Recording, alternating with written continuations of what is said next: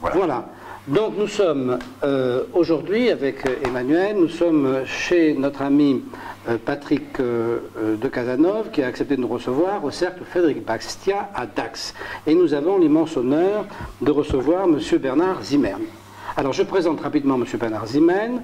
Alors moi j'ai trouvé extraordinaire, vous êtes lauréat du concours général en physique et version latine. Mais ça c'est magique parce que ça n'existe pas. Parce qu'il est littéraire, ils disent qu'ils ne comprennent rien en maths, et les matheux, ils disent qu'ils ne comprennent rien en littérature. Pour moi, le latin était le point de départ des maths. Si vous voulez faire du bon en maths, il faut faire du latin. Ah. Bon, ça, c'est une autre bataille. Alors, donc, enfin, moi j'ai trouvé, si vous voulez, que ça avait un côté littéraire, le latin quand même. Alors j'ai trouvé que c'était extraordinaire. Donc vous êtes polytechnicien, vous êtes énarque, vous êtes un industriel, entrepreneur et un chercheur. Et un inventeur. Et un inventeur, un chercheur et un trouveur, oui, un inventeur. Oui, vous avez déposé 500 brevets. Voilà. Vous êtes quand même donc quelqu'un d'exceptionnel. Vous avez créé l'IFRAP, dont on dira un mot. Vous êtes cofondateur de Contribuables Associés. Oui. Voilà. Donc, tout ça, c'est beaucoup de choses. Et donc, à travers l'IFRAP, que vous avez donc créé, a été édité un livre qui a été un petit peu, grâce à Emmanuel, notre Bible. Je vous ai découvert sur Internet, vous cherchez, bon, à l'époque où je ne connaissais pas trop Henri, et donc j'ai trouvé ce bouquin. Et effectivement, j'ai été sidéré de voir que vous décriviez les mêmes problèmes que beaucoup de gens vivaient. Et j'ai regardé, c'était en 2001. Et je me suis dit, mais depuis 2001, donc, ça n'a pas bougé. Oui, voilà. Alors on va parler de ce livre donc, qui s'appelle Contrôle fiscal, le piège. Ouais. Comment faire changer l'administration fiscale. Voilà le titre de ce livre. Ce livre a 15 ans. Il constate ce que nous savons, c'est-à-dire que le contrôle fiscal est une zone de terreur, une zone de non-droit, qui tue l'économie. Oui. Contribuables Associés aussi dénonce avec ténacité et compétence la gabegie de l'État. Et au bout de 15 ans, aujourd'hui, 2015, aucun changement. Alors ma première question, c'est avec le recul de ces 15 ans, que pensez-vous du fait qu'il n'y a aucun changement? Qu'est-ce que ça vous amène comme réflexion? Moi, alors là, c'est une explication très simple, qui est la raison pour laquelle j'avais créé l'IFRAP, et c'est que nous ne sommes pas si nombreux dans les think tanks. Ouais. Il y a deux problèmes français que je vais essayer d'expliquer ce soir au cours de la conférence de Bastia. Dont je parlais déjà en 1985 quand j'ai créé l'IFRAP, c'est qu'il nous manque en France deux choses, des business angels pour créer des emplois et des think tanks pour lutter contre l'invasion du secteur civil par la bureaucratie. Et votre domaine, là, est un domaine que nous avons attaqué par accident, d'ailleurs, en 1999. Je crois que j'ai fait un dossier de l'IFRAP sur le contrôle fiscal, qui devait s'appeler déjà le contrôle fiscal, le piège. Parce que j'ai mis avec j'y croyais pas, hein. Je croyais vraiment pas. Mais il y avait des contrôleurs qui m'avaient dit, vous savez, nous on sort de l'administration, on est passé de l'autre côté parce qu'on conseille des contribuables. Nous sommes payés au rendement pour faire entrer de l'argent. Alors ça m'avait frappé et j'avais pris un collaborateur et nous avions travaillé 1 an sur le dossier. 1 an, et nous avons sorti des dossiers forts, je dirais, de l'IFRAP, dont est sorti celui-là. J'ai fait ensuite plusieurs colloques à l'Assemblée nationale, oui, avec mon ami René Hans, qui lui-même est un battant, qui est en Alsace et qui a défendu je ne sais combien de centaines de petites PME. Nous avons fait des colloques avec François Goulard, qui était à l'époque député du Morbihan, avec François Daubert, qui depuis a changé un petit peu de côté, puisqu'il est devenu maintenant le patron international de contrôle fiscal, j'allais dire, ou des redressements. Et tout ça, on a sorti ça, tout ça. Je ne dis pas que ça n'a rien fait, mais ça n'a pas fondamentalement changé le problème, parce que le problème, c'est qu'au point de départ, en 1963, je crois, M. Giscard d'Estaing, alors ministre des Finances, a mis en place un système de stimulation des contrôleurs fiscaux en France, qui est fondé comme vulgaire, comme des commerçants, sur le chiffre d'affaires, au rendement. Et que nous l'avons dénoncé, c'est, si vous voulez, non seulement la carrière des contrôleurs qui en dépendent, mais je crois que ça n'a pas dû changer beaucoup. La prime des directeurs départementaux qui double. Doublent leur salaire s'ils font les objectifs que leur demande. Alors ça s'appuie en plus sur les syndicats. J'ai eu des contacts directs. Je me rappelle avoir participé à des réunions du SNUI à l'époque, ça a changé de nom. J'étais les voir, on a été discuter. Mais ils font de la beefsteak. Bon, et si vous voulez, nous sommes dans un système complètement faussé parce que le système de contrôle fiscal devrait aider les contribuables à remplir leurs obligations fiscales. C'est pas ça. Le contrôle fiscal est fait pour faire du rendement et faire croire que toute cette organisation est rentable, alors que ça... Oui, j'ai lu dans votre... Oui, que ça, en fin de compte, ça coûte plus d'argent quasiment que ça rapporte. Bien sûr. Quand on vous parle de 20 milliards de redressement, c'est de la blague. S'il en rentre, d'après nos calculs, il rentre en 30%, un tiers à peu près. Et d'ailleurs, la grosse fraude fiscale, c'est la fraude à la TVA. Oui, voilà, c'est l'industrie. En réalité, ce qui abonde complètement dans le sens de ce que vous dites, c'est que quand même tous les ans, il y a cette espèce de chose extraordinaire. On nous annonce les chiffres de ce que seront les contrôles à venir. C'est-à-dire qu'on nous explique que la lutte contre la fraude fiscale l'an prochain rapportera tant. Donc, jamais il y a de réduction. C'est-à-dire qu'on a des contrôleurs qui sont quand même des gens qui devraient avoir des résultats. S'ils avaient des résultats, il y aurait moins de fraude. Enfin, en règle générale, on attend d'un moyen de coercition qu'ils réduisent la délinquance. Et là, ça augmente tous les ans.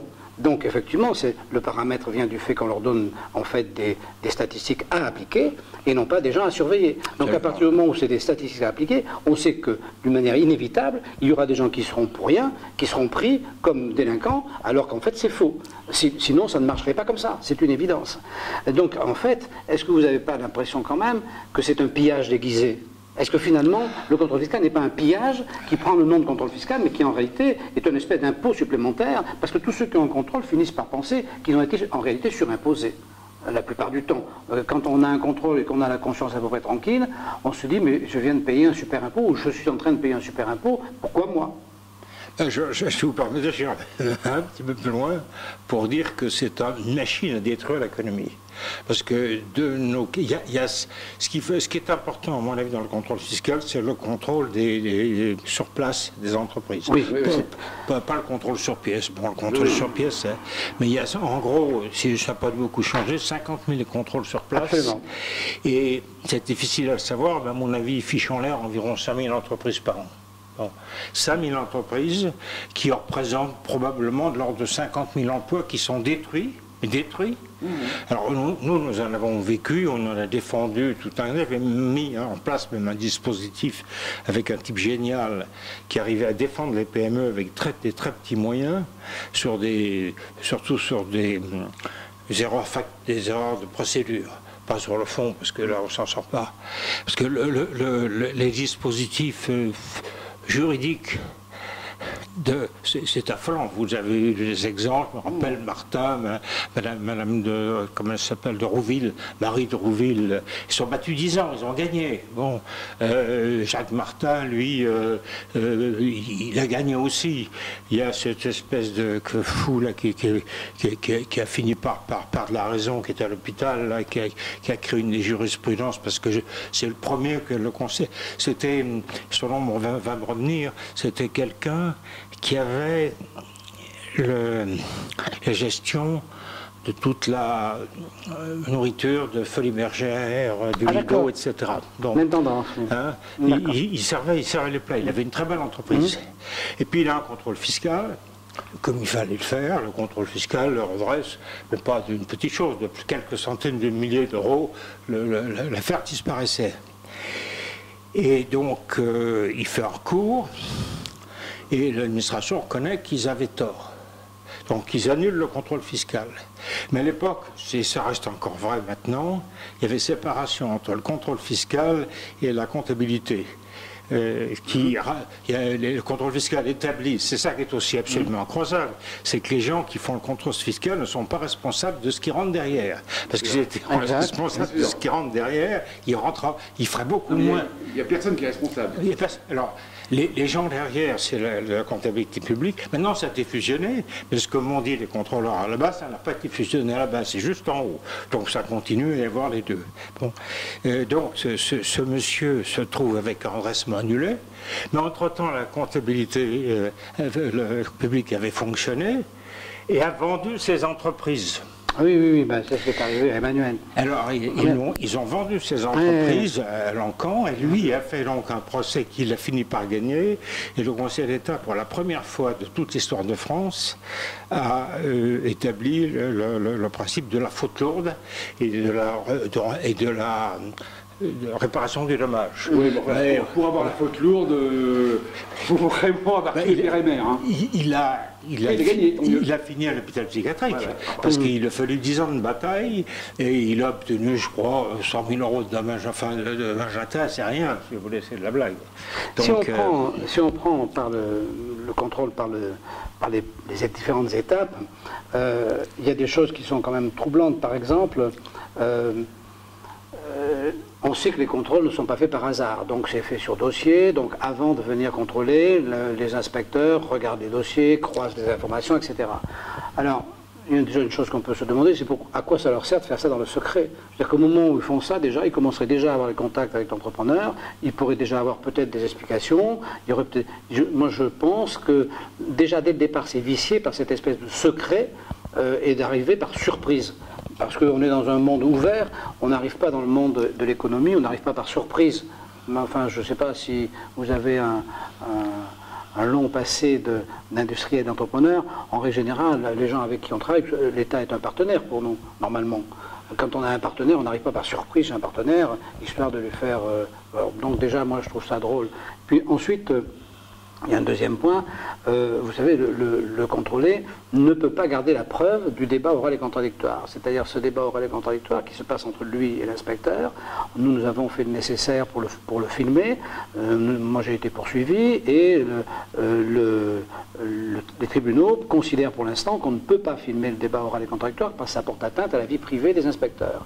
Ce qui fait que nous n'avons aucun moyen de redire après au tribunal ce qui s'est dit. Est-ce que vous trouvez ça pas un peu bizarre qu'on ne puisse pas, que dans cet espace particulier, on ne puisse pas garder la preuve de ce qui s'est échangé, qui est l'élément essentiel qui va générer ensuite le redressement? Parce que maintenant tout le monde enregistre, que ce soit les gardes à vue, que ce soit... enfin, je veux dire, c'est... il n'y a que vraiment le fisc qui refuse d'être enregistré. Là, j'avoue que vous me posez un peu une colle là-dessus, je sais pas, parce que c'est pas... Non, le point, moi, qui m'avait profondément choqué, c'est le fait que, vous savez qu'on peut rejeter la comptabilité. Oui. Oui. Alors, nous sommes très protégés, très protégés. Moi, toutes les opérations difficiles que j'ai vues, c'est celles qui ont commencé par un rejet de comptabilité. Et j'ai été demandé, j'ai déposé devant la commission des lois de l'Assemblée nationale, du temps du précédent gouvernement, et la chose que j'avais demandé devant tous les députés de la commission, c'est que les contrôleurs ne puissent plus, de leur propre autorité, rejeter la comptabilité. Ah, formidable. Là, on se rejoint, vous allez voir. On va se rejoindre. Parce que écoutez, c'est absolument intolérable que les gens qui soient... C'est là où je vois un abus de droit, si vous voulez, incroyable. Parce que qu'un juge rejette la comptabilité, moi je veux bien. Oui, d'accord. Mais nous, vous savez aussi bien, même mieux que moi, que du jour où on a rejeté la comptabilité, le contrôleur fait ce qu'il veut. Oui, absolument. Je vous citerai Martin Lafritte, Jacques Martin, qui on avait rejeté sa comptabilité. Il avait un petit stand à la Défense où il vendait des frites et des boissons. Alors, ils avaient compté des kilos de patates, mais ils avaient oublié les plus chers. Ils avaient oublié ce qu'on jette, etc. Et puis alors, ce qui était assez drôle, enfin, si on peut dire assez drôle, c'est que vous savez, il y a des bouteilles, il y a des petits godets pour les renverser. Alors à chaque godet, il comptait une bouteille. Bon. Et ça avait été ce que une fois qu'il avait rejeté la comptabilité, c'est ce que le contrôleur a fait, c'est de compter une bouteille par godet. Bon. Et vous vous trouvez alors pris dans cet engrenage absolument ahurissant d'une comptabilité bien tenue, qui est rejeté, avec des preuves qui ne tiennent pas la route. Et ça inverse la preuve. Absolument. J'avais sorti ça, moi, au ministère des Finances, etc. On a, même avec Goulard, on a fait des demandes et tout ça, mais il n'y a rien eu à faire. Ils ont, ça, c'est une des monstruosités du code, alors là, du code vous français. rejoignez là, c'est ça en bois du petit lait, là. Parce que vous rejoignez un de nos soucis. Nous avons déposé une question prioritaire de constitutionnalité sur le fait que, d'une manière tout à fait étonnante, le contrôleur fiscal peut éditer une sanction très importante, alors que ce soit le refus de la comptabilité ou que ce soit un redressement, sans être passé par la case juge. Et ça, nous, on trouve que c'est inacceptable. Donc, nous avons déposé une question écrite de priorité, une question une QPC, question prioritaire de constitutionnalité, et cette question nous a été pour l'instant rejetée parce que par le juge, parce que pour pouvoir poser cette question, j'avais saisi ce que l'on appelait avant la JT, mais qui maintenant s'appelle l'agent judiciaire de l'État, la JE, qui est la personne à laquelle on s'adresse, qu'on considère qu'on a subi un préjudice par l'État. Donc j'ai fait état de mes contrôles fiscaux, considérant que c'est un préjudice, et j'ai profité de cette procédure de laquelle je n'attendais rien pour glisser ma question prioritaire de constitutionnalité. Mais comme j'ai déposé cette chose, j'ai introduit cette instance au civil, on m'a fait remarquer que s'agissant de contrôles fiscaux, c'était au tribunal administratif qu'il eût fallu le faire.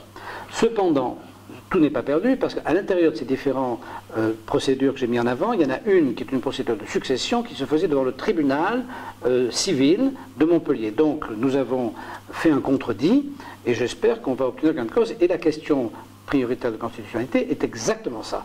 Et je serai content si, après, tout à l'heure, vous me donnez votre adresse mail, je vous l'enverrai, parce que je suis sûr qu'elle va vous intéresser. C'est très important.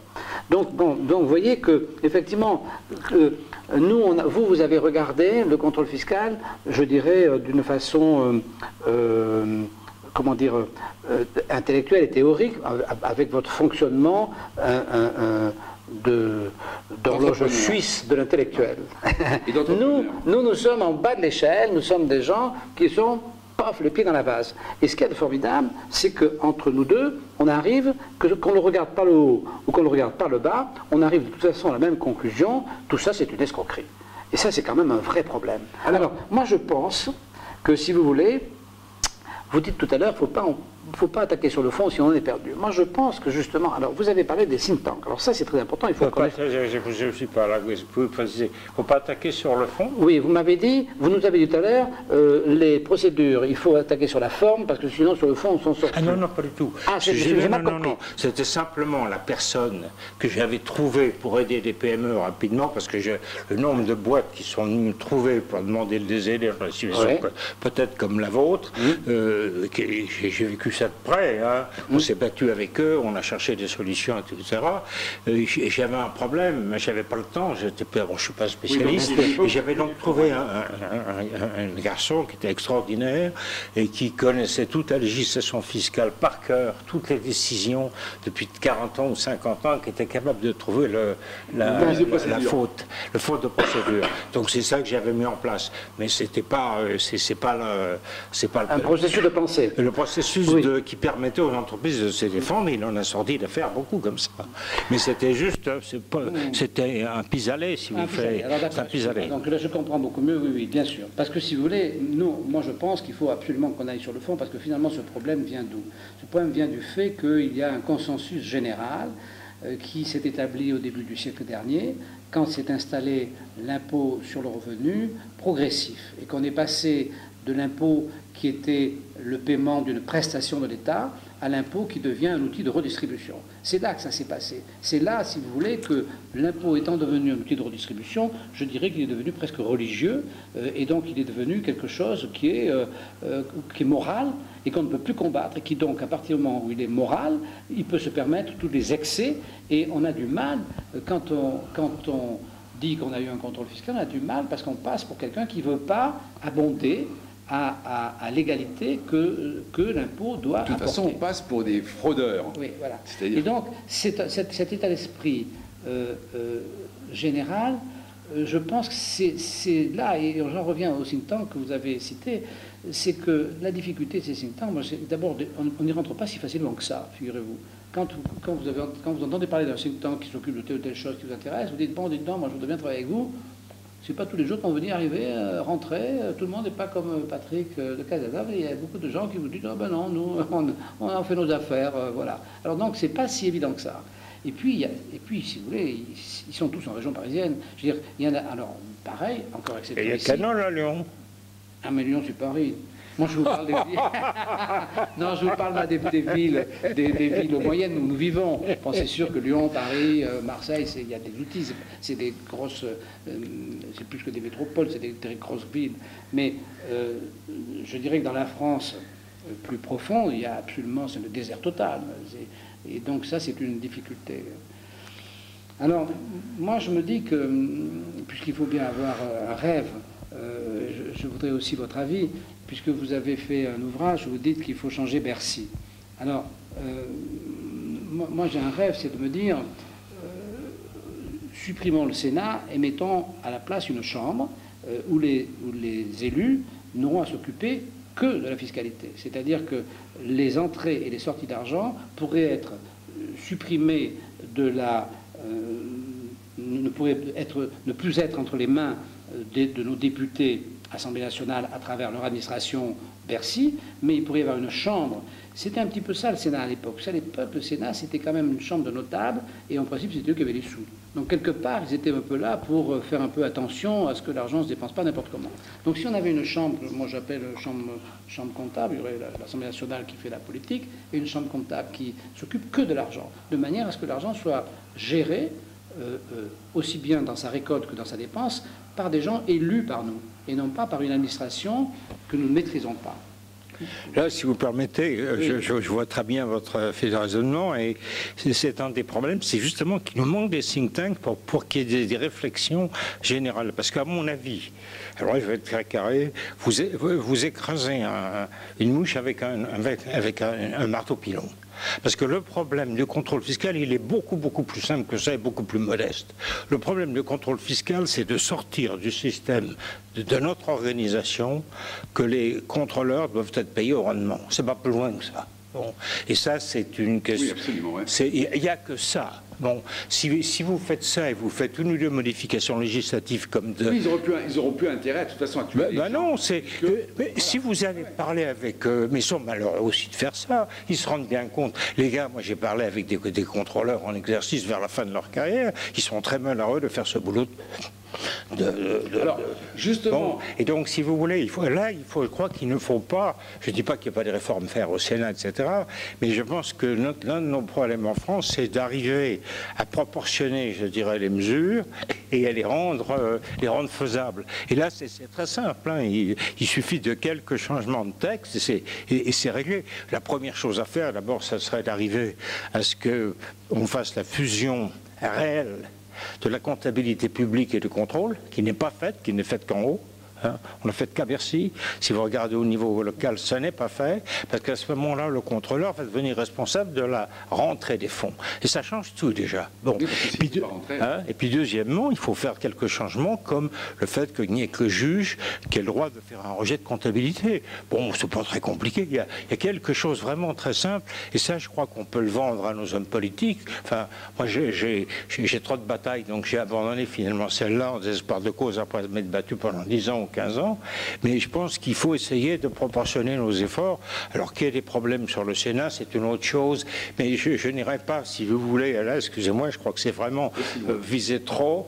Il y a le problème du contrôle fiscal et de cette misère que beaucoup de gens de l'ex-sectionnerie partagent avec nous. Il ne faut pas croire qu'ils soient tellement contents de cette situation, parce qu'ils se rendent bien compte qu'ils ne sont que des commis voyageurs payés au rendement. C'est pas tellement enthousiasmant comme carrière. Hein. Bon, et en fait, ceux qui font les boulots les plus sales, c'est pas du tout en préparant, c'est ceux qui n'ont rien à foutre, qui font autre chose, qui ont des fermes, etc., qui veulent faire leur contrôle fiscal en 3 jours. Bon, alors ceux-là, ça mène, ils prennent une boîte, ils disent tiens, celle-là, ça doit être grave, je vais y aller. En 3 jours, ils vous font endressement bâclé, terminé, au revoir, ils peuvent retourner à leur ferme. Donc là que ça se passe. C'est pas du tout préparé, c'est pas du tout. C'est vraiment du. Vous voyez ce que je veux dire?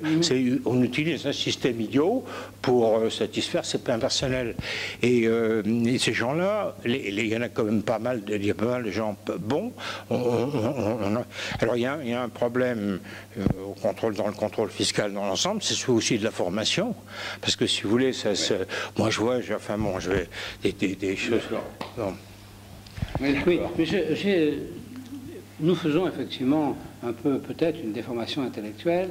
Moi, je pense que le contrôle fiscal est l'élément essentiel, le marqueur essentiel du dérèglement de notre société au niveau économique. Je pense que c'est le marqueur essentiel parce qu'il est devenu le moyen d'ajustement politique. C'est-à-dire que dès que ça va un petit peu mal, on a immédiatement une avalanche de presse, de déclarations d'État, etc., disant que c'est la faute des fraudeurs fiscaux. Donc, si vous voulez, on est devenu une variable d'ajustement psychologique, moral, économique, et donc, en fait, dont la base initiale est la gabegie des dépenses de l'État. C'est-à-dire que, si vous voulez, je ne pense pas qu'on puisse réformer le contrôle fiscal sans avoir d'abord fait en sorte que l'État ait moins de besoins ou ait des besoins raisonnables auxquels les gens puissent répondre.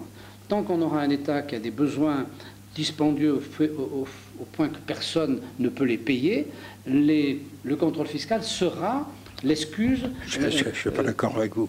Parce que regardez un peu les déficits actuellement.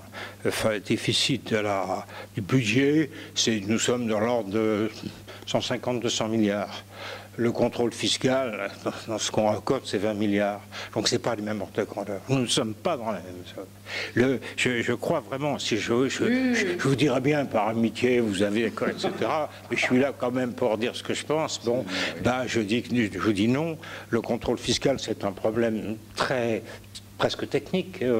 Bon, nous l'avons expliqué. Il y a des problèmes budgétaires. Alors là, sur le problème budgétaire, je vais vous donner moi, ce qu'il faudrait faire, c'est assez simple. Parce que j'ai travaillé.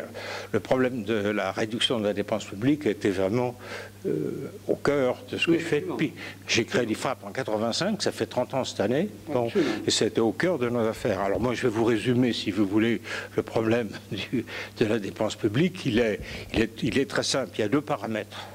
Le premier paramètre, c'est que, et je vais le développer ce soir, la France, il nous manque 1/4 de nos emplois marchands. Parce que nous ne les avons pas créés par la faute de mes petits camarades de Bercy.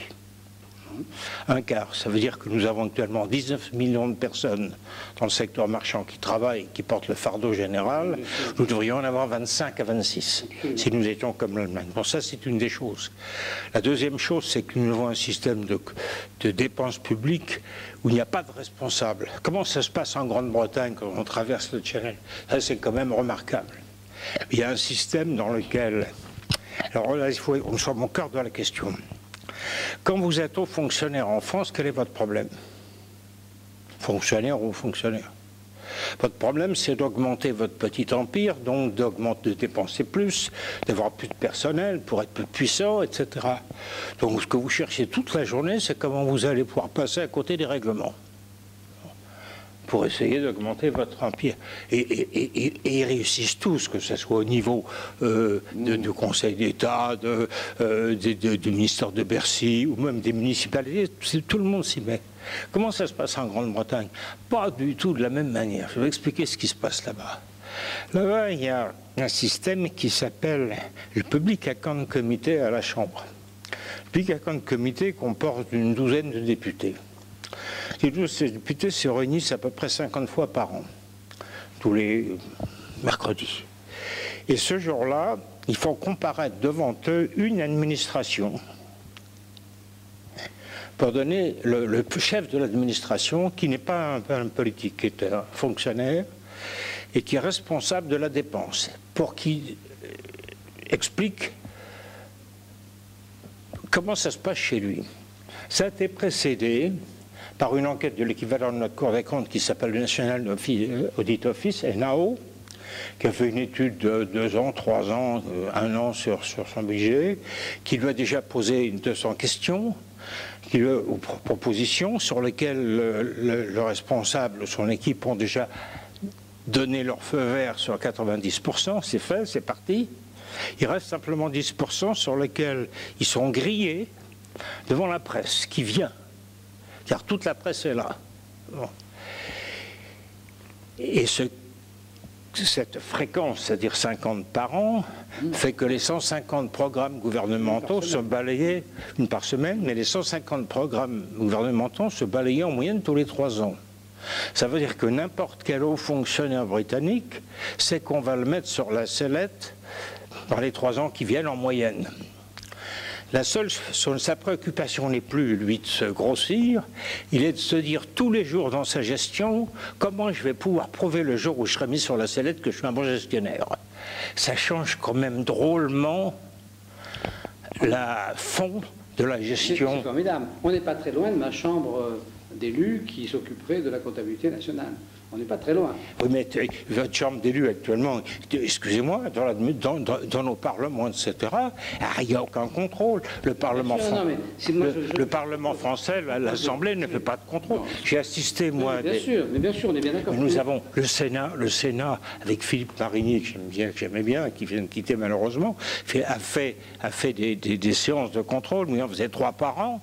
Et quand j'en étais, par exemple, l'Anvar. Bon, j'en envoyé une collaboration, je n'ai pas pu y aller, mais l'Anvar avait perdu 261 millions en 2004. On s'est aperçu qu'il y avait un trou de 261 millions. Qu'on n'a jamais expliqué, on ne sait pas où passer l'argent. Bon, le Sénat, Philippe Marigny et la Commission des finances a donc, dans le cadre de ses prérogatives, demandé à la Cour des comptes un rapport. On a fait une grande réunion. Il y a eu tout le monde est venu, sauf bien sûr ceux qui avaient fait le trou, parce que ceux-là, on ne les a pas convoqués. Bon, et puis ils ont constaté qu'ils avaient perdu 261 millions. Pas finon, pas ça. Donc, si vous voulez, le problème, c'est moins encore une fois le principe que la façon dont on met en place. Et moi, je crois que si on veut réduire la dépense publique, il faut que nous ayons. Alors, il y a des problèmes parce que il y a des problèmes d'ordre constitutionnel. Parce que on a voulu faire passer cette réforme et on est tombé sur le Conseil constitutionnel qui a rejeté un certain nombre de choses. Par exemple, les Anglais, lorsque le NAO, le Public Account Committee a fait cette réunion, il sort un rapport en disant telle mesure doit être faite, pas telle autre. Et le gouvernement a 3 mois pour dire oui ou non. Donc ça a un poids. Donc les médias s'y intéressent. Et bien, le Conseil constitutionnel a rejeté, nous avons fait introduire dans le règlement de l'Assemblée nationale à Paris, l'IFRAP, j'ai fait introduire cette disposition qui a été rejetée par le Conseil constitutionnel car au nom de la séparation des pouvoirs, etc., blablabla. Bon, donc il y a des problèmes constitutionnels comme à franchir. Je ne vais pas vous convaincre tout de suite de mon idée, mais j'y reviendrai. Parce que vous avez un charme fou et j'espère que je vous reverrai. Donc je reviendrai sur l'idée, mais pas tout de suite là. Alors moi, juste, je voulais vous faire une aparté, c'est que quand j'ai lu Contrôle fiscal, votre livre, bon, tout ça c'est très bien, mais il n'y avait aucun inspecteur des impôts qui parlait. C'est-à-dire qu'en fin de compte, nous, quand on raconte nos histoires, tout le monde, personne ne la croit. Devant qui? Devant un juge ou devant? N'importe où. Il n'y a pas dans votre livre de témoignage officiel d'un inspecteur des impôts qui parle et qui dit voilà, moi j'ai fait ça, je sais que ça se passe comme ça, que ça se passe comme ça. Bon. Donc, si vous voulez, quand nous on raconte notre histoire, on dit oui, mais de toute façon, il n'y a pas de fumée sans feu, vous voyez ce que je veux dire. Bon. Nous on sait que c'est comme ça. Mais pour convaincre, donc on a eu la chance, si je peux me permettre, on a eu la chance d'avoir un inspecteur principal des impôts qui nous a rejoints. Très bien. Qui témoigne. Bravo. Voilà. Il témoigne, il dit comment ça s'est passé sur notre blog. Donc, voilà. Donc, ce que nous on pensait, ce que vous disiez, sans pouvoir le prouver. Si j'ai des sauf erreur, je ne me souviens plus, mais il me semble que nous avions les témoignages d'inspecteurs qui étaient passés dans le privé et qui ont témoigné, c'est eux qui nous ont dit ce qui se passait. Ouais, mais je ne sais pas s'il est dans le livre. Il est peut-être pas dans le livre. Ouais. Donc, si vous voulez, on se heurtait à ça. D'accord. Donc, on a eu la chance d'avoir un inspecteur principal qui témoigne et il dit véritablement comment ça se passe. Donc, ils disent comment ça se passe. C'est exactement ça, hein, les quotas, les machins. Bon. Bien. Bon. Et... On va pas... Allez-y. Non, mais... Oui. Non, mais on a ça dans notre... Et alors, c'est bien ça. Mais... Oui, c'est bien sûr. Bon, oui, parce que moi, où je m'insurge, si vous voulez, c'est qu'en fin de compte, les inspecteurs des impôts passent après dans le privé. Mais ils ne cassent pas le morceau. Parce que tout le monde vit de ce système. Ouais, vous voyez? Bon, donc... Voilà, c'est tout, c'était l'aparté, et on a un témoignage très important. Voilà. Bon, on ne va pas abuser de votre temps parce qu'on ne va pas vous épuiser, vous avez un exposé important à faire après. Vous me rajeunissez parce que c'est des batailles que j'ai menées il y a 20 ans. Je voudrais juste poser une question à l'homme que vous êtes, vous êtes un petit peu plus âgé que moi, pas beaucoup, un petit peu. On a toujours un peu roulé notre gosse. On est jeune. On est jeune, on se sent jeune. Éternel, ça c'est pas sûr. On ne sait pas pour combien de temps, mais... On est encore éternel pour quelques jours. Alors, ce que je voudrais échanger avec vous, c'est cette chose. Enfin, moi, je ne sais pas si ça vous fait pareil, mais moi, je pense qu'une communauté, donc un pays, ça a des fiertés. Et donc, si vous voulez, moi je me rappelle de la fierté de la France, parce que j'étais quand même déjà en activité, j'ai commencé en 65, quand la fierté de la France, c'était de construire, c'était de bâtir, c'était d'innover, c'était d'inventer. Et aujourd'hui, je ne sais pas si ça vous fait pareil, j'ai l'impression que la fierté de la France, c'est d'empêcher, c'est de bloquer, c'est de refuser, c'est de paralyser, c'est de protéger. Et donc, quand même, ça change les choses. Vous pensez comme moi?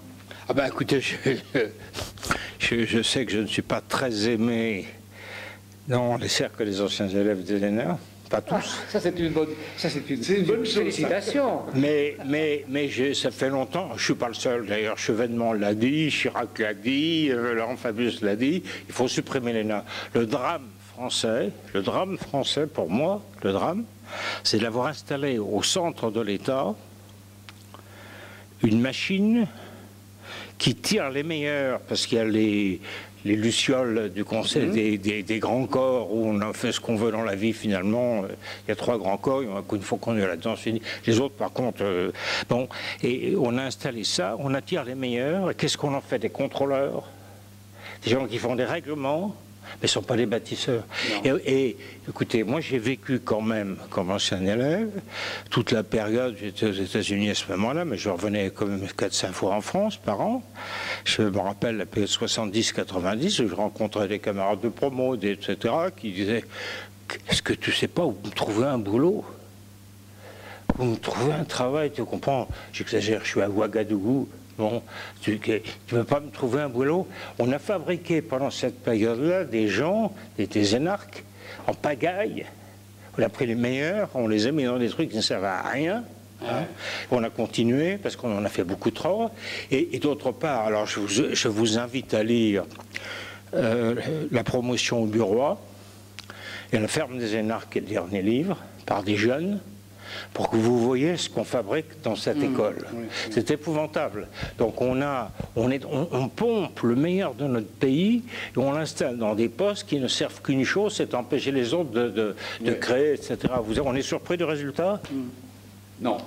Bien. On n'est pas surpris du résultat. Je Zimmermann, donc on ne va quand même pas abuser de votre temps, vous êtes tellement aimable et gentil, on va vous préserver en parfait état. J'espère que tu passes du gentil que ça. Et on aura peut-être l'occasion de se revoir. Avec Merci plaisir. beaucoup d'avoir accepté de répondre à nos quelques questions. On n'est pas complètement objectif, on est tellement en souffrance. C'est pas facile, vous savez, hein, d'être ruiné totalement par le fisc. Hein. Moi, je vous dis, moi, je sais pas, chaque jour, je me demande comment je vais vivre le lendemain. C'est quelque chose de très, très difficile, hein, très difficile. Et donc, merci de votre participation. Et puis voilà, c'était quand même beaucoup d'optimisme pour un monsieur d'un certain âge. Vous avez un optimisme intact et c'est extraordinaire. C'est très agréable. On aimerait qu'il y ait des jeunes qui en aient autant.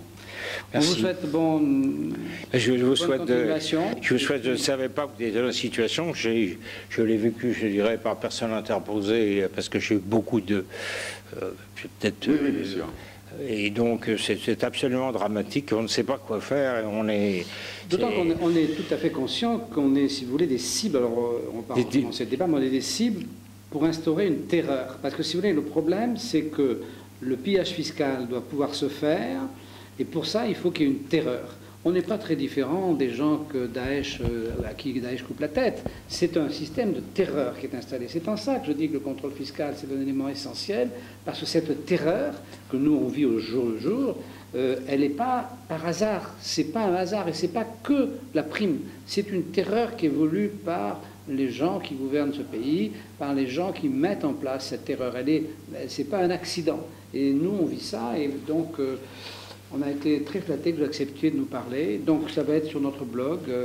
Si tout a bien marché, si la caméra marche, si les micros marchent, si tout a marché comme il faut. Espérons que nous arriverons à convaincre nos parlementaires de s'y mettre enfin, parce que c'est un vrai scandale. Je ne pense pas. Oh, mais si, il faut y arriver, il faut y arriver, il faut y arriver. Bien. Merci. Merci. À bientôt. Merci bien.